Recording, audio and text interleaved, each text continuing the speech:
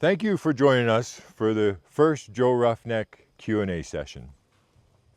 I got some questions here off the interwebs. Let's get into them. Question 1, how old are you? Well, some would say I was born in Ontario in 1858 when James William drilled the first well in North America. Others would say I really came alive when the first oil boom hit in 1914 in Alberta. So it's 110 to 165 years. Just depends on how thick the BS is in the room at the time. How tall are you? I'm about 8 feet tall. I weigh about 2 oil barrels. Where are you from? Canada. Where do you work? Canada. Do you have a nut allergy? No.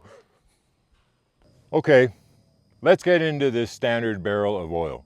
42 gallons, 159 liters. In 1860, when we started producing oil commercially, barrels were already being used to ship products around the globe. So your standard barrel of oil is the same as a barrel of whiskey, 42 gallons. The breakdown, gasoline at 46.6%, diesel fuels at 29.7%, jet fuel and kerosenes at 10.5%, LPGs 3.7%, that's your propane, your butane, your ethanes, asphalts and bitumens at 2%, you got your fuel oils at 1.7%, lubricants at 0.8%, feedstocks at 0.8%, those are all our plastics. Then there's other residuals around 4.2%. This is the baseline. Different oils around the world will shift the percentages, but this is the standard barrel we measure against. Refineries are tailor-made to suit the oils in their respective areas, and will often have to import the light ends or the heavy ends in order to fully refine their oils. All right, when it comes to breaking down a barrel of oil, there's a few scales we need to understand. API stands for the American Petroleum Institute. They set the scale at which we grade oil. An API over 10 means lighter than water, under 10, heavier than water. Sulfur content. Low sulfur is sweet, easy refining. High sulfur is sour, more processing. No two wells are the same. Each crude oil has its own fingerprint. Wells don't just flow oil, they flow gas and oil. That's why we have different separators and buildings on site. When the product comes to surface, the oil, gas, and water get split. The oil and the gas head down pipelines to either a refinery for the oil or a gas plant for the gas. The water ends up getting turned around and pumped back down into wells. We have 3 major markets today. WTI, West Texas Intermediate, runs an API of 39 to 40 with a sulfur content of 0.24%. This is light and sweet oil. They make a lot of gasoline, less heavy ends. The Brent North Sea area runs an API of 38 to 39. Sulfur 0.4%, slightly heavier, more diesel and jet fuel. OPEC, the Middle East, runs an API of 31 to 30 with a sulfur content of 1.5 to 2%. Medium to heavy, sour, they're making lots of diesel and heavier products.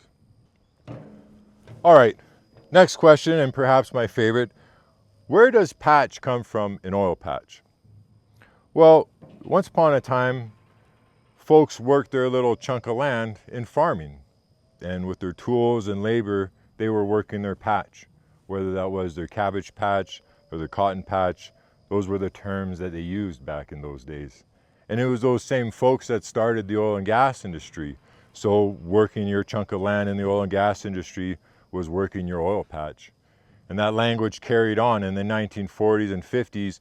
The newspapers started referencing the oil patch when talking about the blue-collar labor that was building this country. All right, the next hot topic in the comments was where exactly was oil first discovered and when was Canada's first oil boom? Thanks to the fur trade, There's notes from the 1700s of the indigenous people using bitumen they found around the Athabasca River to waterproof their canoes. Now those folks were highly resourceful. They were certainly using it long before then. Early 1800s, settlers in Ontario knew about natural oil seeps near oil springs and Petrolia, close to Sarnia, south of Lake Huron. There were literally pools in the ground, crude oil seeping up. The locals called it gumbeds. Farmers and blacksmiths would scoop it up for wagon grease, lamp oil, and medicine.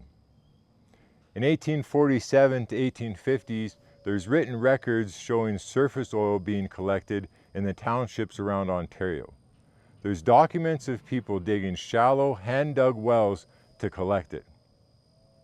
In 1857, James Miller Williams, a carriage maker from Hamilton, bought land with seeps near oil springs. He dug a well looking for water and struck oil, and in 1858 drilled North America's first commercial oil well. This is the official start of the industry, beating out Edwin Drake's well in Pennsylvania by a year. Now the US gets credited for the first oil boom because of the size of theirs, but the first well was drilled here in Canada.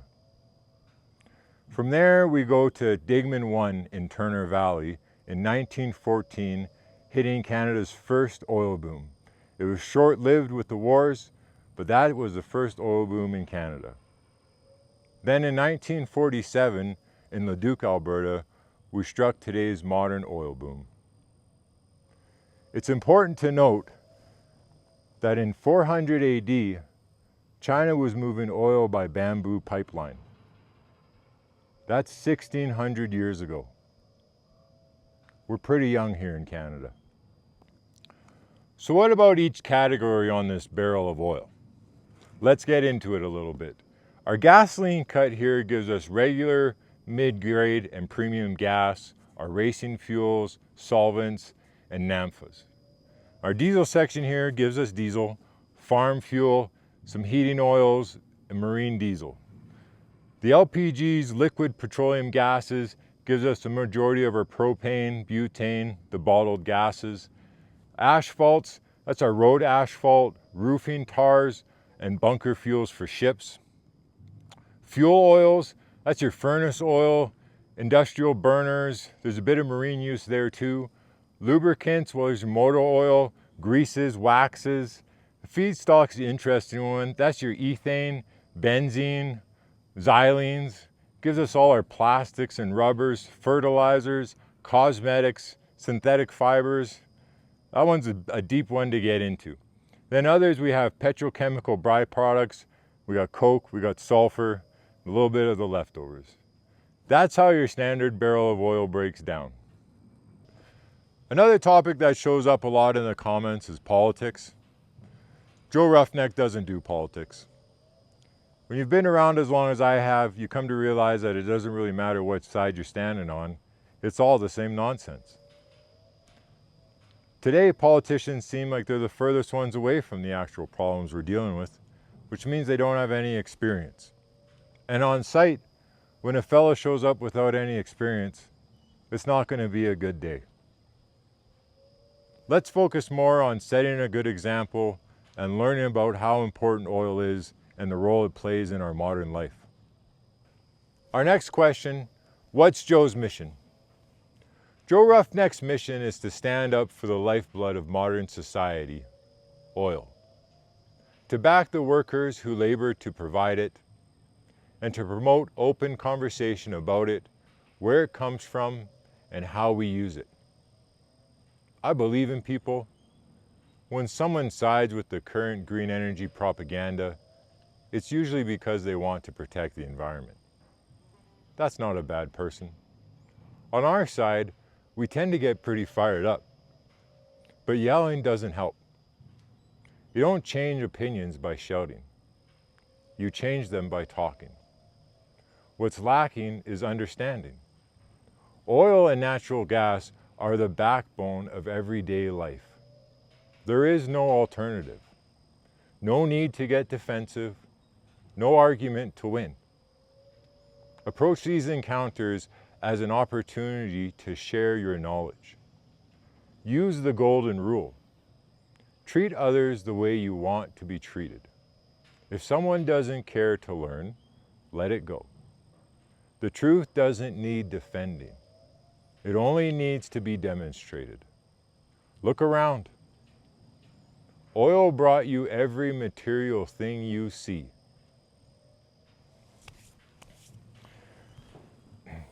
Anyone who knows me already knows the rule. Don't talk.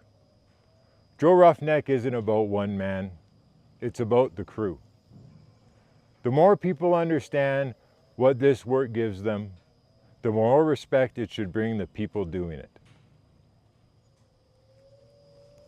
You know, one last thing that keeps popping up in the comments is my hard hat and the suspension I'm supposed to have for it. So I want you guys all to rest assured, I'll dig into it. I'll get my hard hat tuned in with the right suspension. There you go, Joe Roughneck signing off. Thanks for tuning in to today's first Q&A. Let's see what happens when a roughneck gives social media 110%.